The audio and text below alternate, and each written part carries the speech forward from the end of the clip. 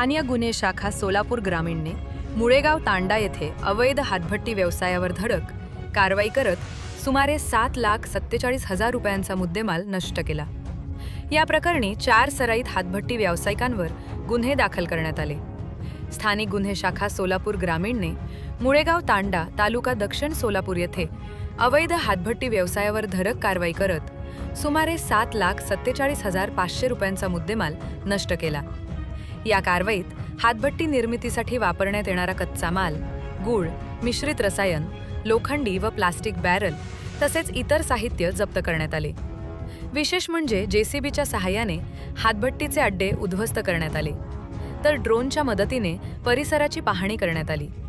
या प्रकरणी 4 सराईत हातभट्टी व्यावसायिकांविरोधात सोलापूर तालुका पोलीस ठाण्यात महाराष्ट्र दारूबंदी अभियानाअंतर्गत गुन्हे दाखल करण्यात आले।